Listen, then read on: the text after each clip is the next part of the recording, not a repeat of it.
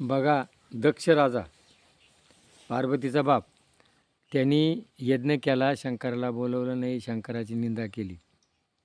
आणि ज्या वेळेला शंकराच्या गणाची निंदा केल्यानंतर तिथं त्याच्या घामातून एक थेंब पडला आणि वीरभद्र तयार झाला. वीरभद्रानं त्याचं मुंडकं उडवलं आणि मग पार्वती रडायला लागली, त्याला बोकड्याचं मुंडकं बसवलं. आणि मग इतर जे प्राणी त्यांना तप करायची काही साधनं नाही, म्हणून मानव जन्म परमात्माने आराधना करण्यासाठी, तप करण्यासाठी आहे. मनुष्याच्या भोगामध्ये लागून वेड होतो आणि मग त्याच्या अग्नी पशुमध्ये काही फरक नाही. माणूस आज आहे ना या भोगामध्ये वेडा झालेला आहे. आजच्या माणसाला काही जर उपमा द्यावा पशुची, पशु ते काय पाप पुण्य जाणती. आजचा माणूस आहे ना पशुच्या पलीकडे वागायला लागला.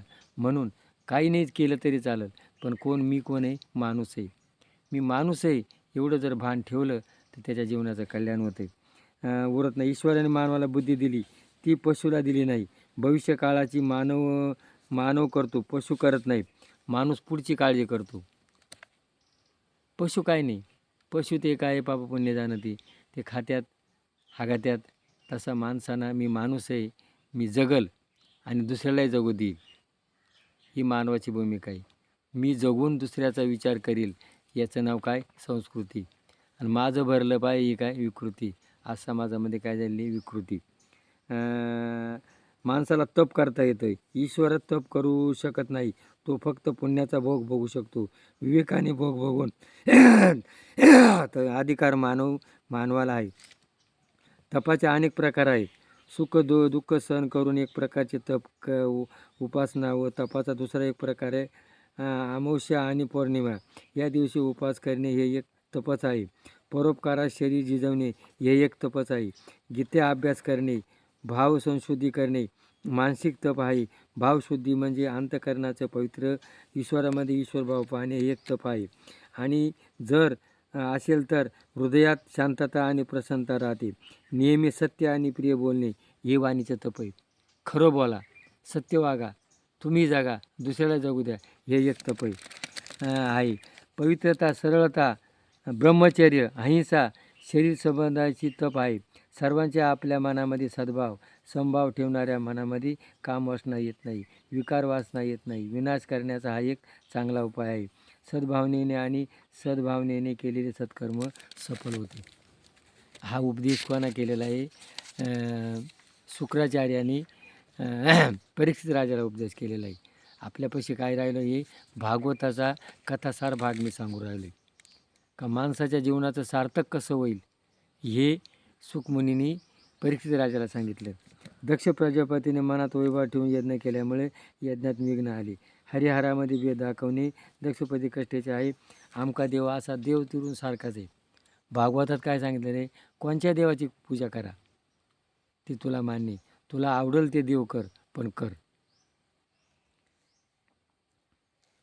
चालेल. अधर्माची पत्नी म्हणजे भाषण करण्याची सवय, त्यातून दंभाचा जन्म होतो. वैष्णव आणि म्हणून घेण्याची हौस असते, खरा वैष्णव होण्याची इच्छा नसते. दंभ पुत्र लोभ आणि लोभाचा पुत्र क्रोध आहे.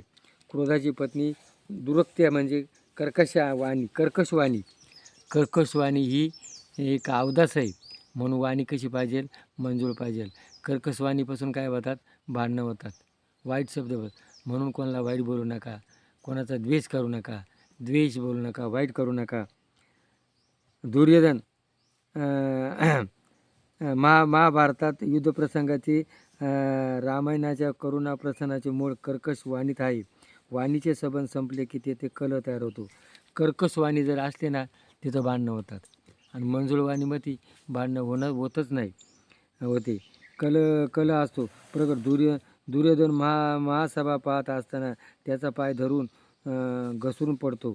तेव्हा भीम उपवास करतो आणि म्हणतो आंधळ्याचा मुलगा आंधळा आहे. काय होतो?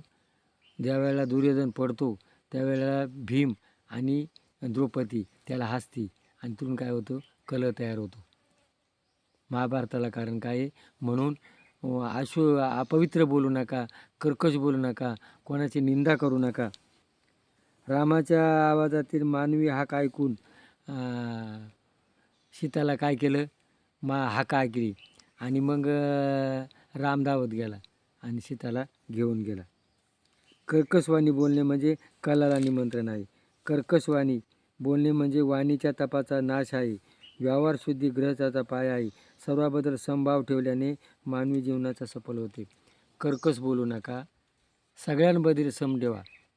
भगवंताकडे सगळ्या हृदयात आहे, भगवंताकडे आपल्यात आहे, भगवंताकडे आईबापात आहे, पाणी मात्रात आहे, निसर्गात आहे, सर्वाभोवती समभाव. म्हणून सगळ्यातही समभाव जर ठेवला तर हीच थोर भक्ती आवडते देवाला हीच भक्ती आवडती. देव कुठे सगळ्यांच्या हृदयात आहे. ही जर भावना ठेवून जर माणूस वागला तर त्याला काहीच करायची गरज नाही. हेच खरं तप आहे. हे सुखमुनींना कोणाला सांगितलं? परीक्षित राजाला सांगितलं. म्हणून गोड बोला, प्रेमाने वागा, सगळ्याची समभाव ठेवा, कोणाचा द्वेष करू नका. तुम्ही जगा आणि दुसऱ्याला जगू द्या. हे जर आचरण पाळलं ना तर हीच खरी भक्ती. हे जर पटलं असेल तर क्लिक करा. जय भैरवनाथ.